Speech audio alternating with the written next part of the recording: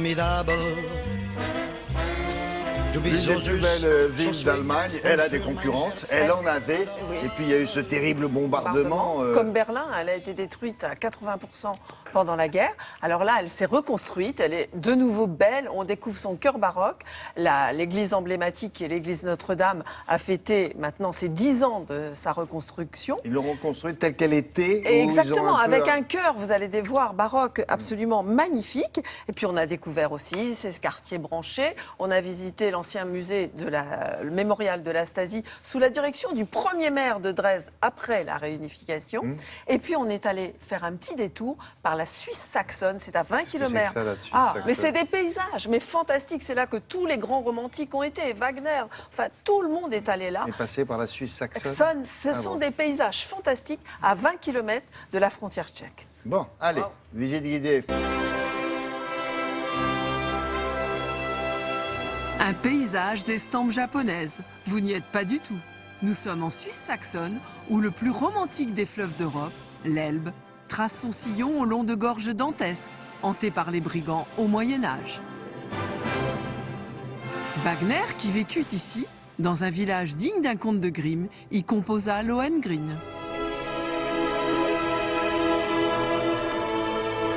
L'Elbe en majesté arrose les berges des petits châteaux de plaisance comme Pillnitz, édifiés au XVIIIe siècle dans le style des chinoiseries, très en vogue à l'époque.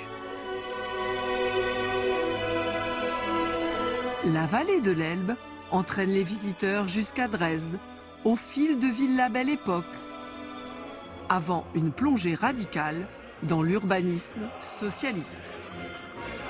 Avec pour témoin le mémorial des victimes de la Stasi. En 1953, les Soviétiques ont remis la prison entre les mains de la Stasi, qui a agrandi les bâtiments. Avec la Stasi, par rapport à l'époque soviétique, les interrogatoires étaient moins brutaux et les conditions de détention légèrement améliorées.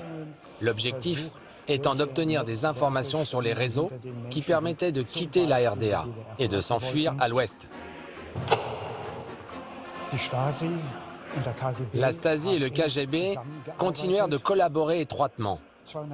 Et Vladimir Poutine a travaillé ici, tout jeune, pendant 5 ans. Dans les années 80, je faisais partie d'un groupe d'opposants. Nous avons manifesté, occupé les lieux en criant « Nous sommes le peuple ». Et après la chute du mur, nous avons crié « Nous sommes un peuple ».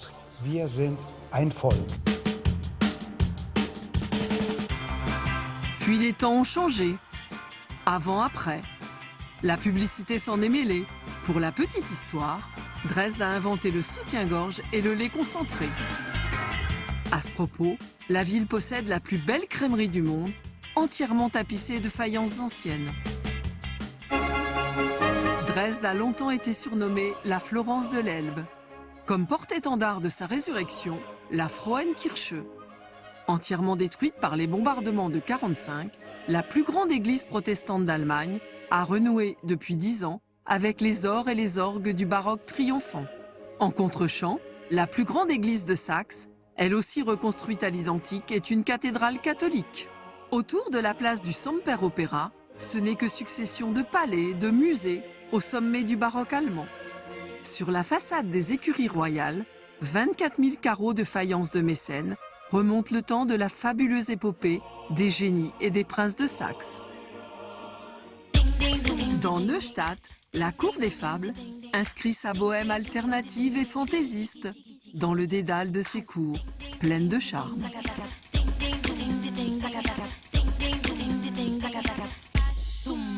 Dresde, qui a fini d'exorciser les drames du passé, renoue à la nuit tombée avec tous les fastes de la cour d'Auguste Lefort, le cavalier d'or. Et Dresde, c'est à combien? On y va en avion, oui. On y va en avion. Il faut faire un stop soit à Düsseldorf, soit à Munich. Ça demande à peu près 2h30, 3h. Et c'est jumelé avec Strasbourg. Ils fêtent leur jumelage là en ce moment. D'accord. Génial. Merci beaucoup. Très beau. Ça a beaucoup plu à Olivia. Donc